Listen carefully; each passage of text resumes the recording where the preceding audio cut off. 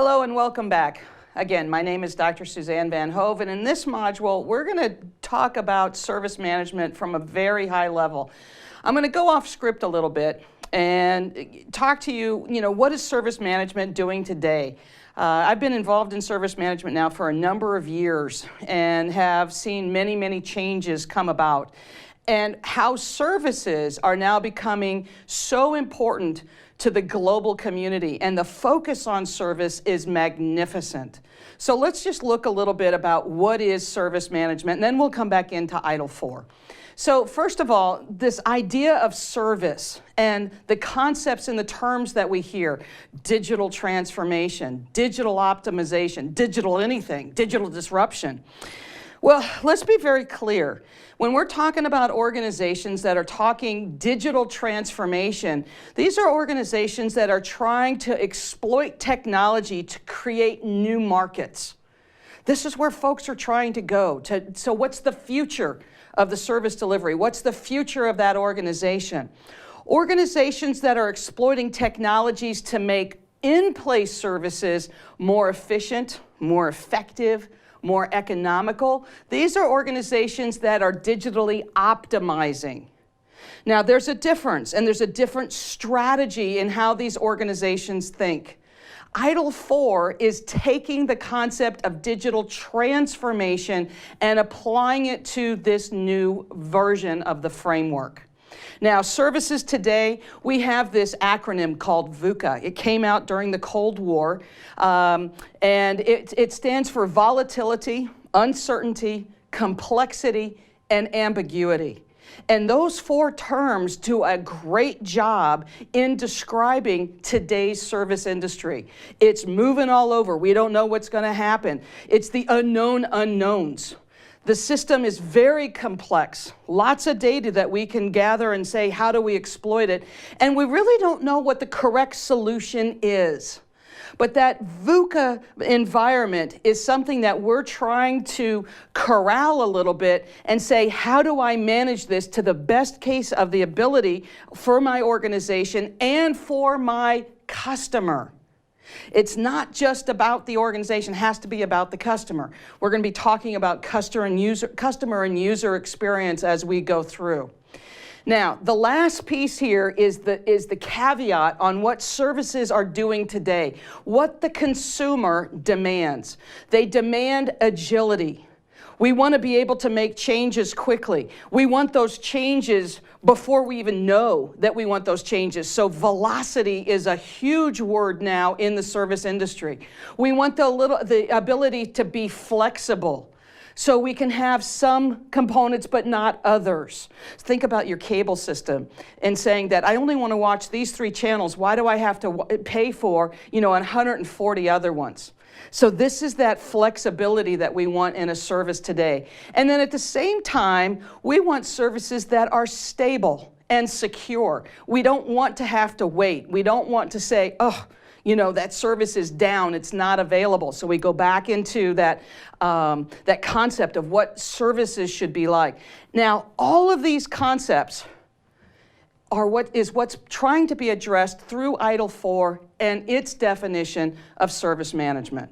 So let's go ahead and look now at what the purpose of ITIL 4 is. It's to provide the latest evolution of the best practice guidance for IT service management, and that's managing IT-enabled services in today's digital environment. Now, one of the things that kind of struck me funny that ITIL was going after is constantly calling out the IT-enabled service. I'm having a hard time thinking of a service that is not underpinned by technology in some form or function. Services, IT services, service management, IT service management, I kind of group them all in that same bucket. It's about delivering services to meet the needs of that consumer,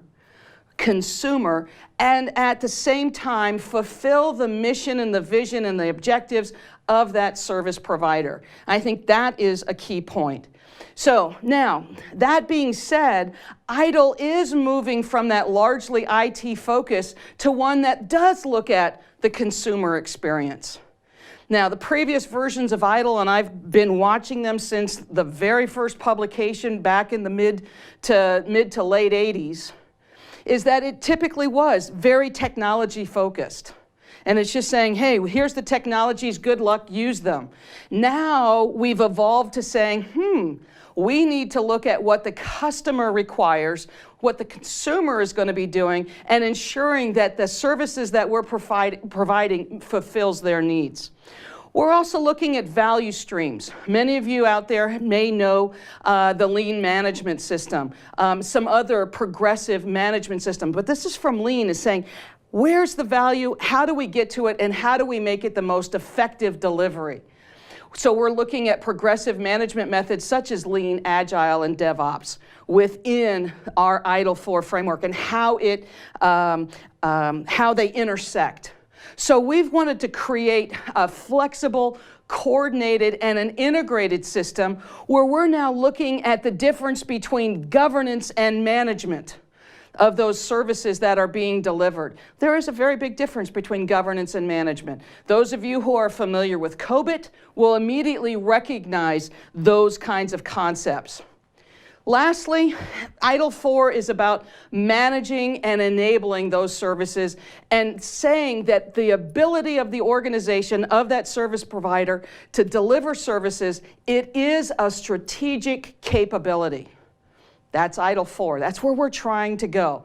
Now, in the opening modules, I talked a little bit about the ITIL service value system and it being one of the key concepts. I'm going to bring it up here. We're going to talk more about it later in future modules, but I want to start triggering this whole idea around the ITIL 4 framework.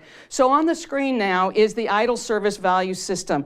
And you see that it has several components, that it would be triggered by opportunity and demand, and the outcome of that value system, service value system, is the delivery of value to not only the customer, but also to the organization. You'll see that there are several elements: the guiding principles, governance, practices, and continual improvement concepts that will always be interacting with the activities that we're doing. In the center, the service value chain, are the actual activities that the organization provides, the tangible activities that will deliver the service functionality. The second concept that we want to look at, and is very critical to the ITIL 4 framework, is the 4 dimensions model. Those of you that were in or engaged with the previous versions of ITIL, you'll look at these 4 concepts: organization and people, information and technology, partners and suppliers, and then value streams and practices, and you think, oh wow, this is the 4 Ps of service design, and you're not wrong. The people, process, products, and partners that we've seen before.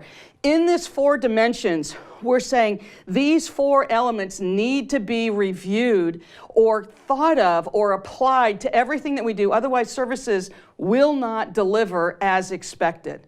So these are 2 critical diagrams that you need to be aware of and be prepared to be examined on when you reach that ITIL 4 foundation exam. So the service value system, hey, various components and activities of the organization and how they facilitate value creation through IT-enabled services, just like what we just showed. It's flexible and adaptable. That center section of the service value chain allows for multiple combinations of activities to create the value stream. Here's your first iteration of a hierarchical, so to speak, a hierarchical view of the value system to the value chain to the value stream. Important here are the guiding principles. Those of you who have looked at or examined the ITIL practitioner, you'll remember those guiding principles from the practitioner. They've actually been reduced in number and consolidated. They're very effective. Governance and continual improvement, very important concepts to make sure that what we're doing in delivering IT-enabled services are still linking back to the mission, vision, and the objectives of the business. And then finally, we have those various ITIL practices that will support the value chain activities. The practices have gone up. Remember, we used to talk about the ITIL processes, but now they're practices. There's 34 of them. Much more broad in nature. The foundation exam will cover 15 of those practices, 7 of them in great detail. The 4 dimensions model, it is about the holistic view. It is thinking about the people, the technology, how do we deal with partners and suppliers, and then most importantly, how do we combine our practices and our processes to create the value stream that will meet the needs of the organization and of the customer. Those of you that have done a quick look around the outside of this model and seeing those 6 factors, you're going to say, oh wow, that's the PESTLE model, and you're not wrong. So we're starting to think about outside influences that can impact how that organization meets the needs of its consumers as well as its own internal needs of the mission, vision, goals, and objectives.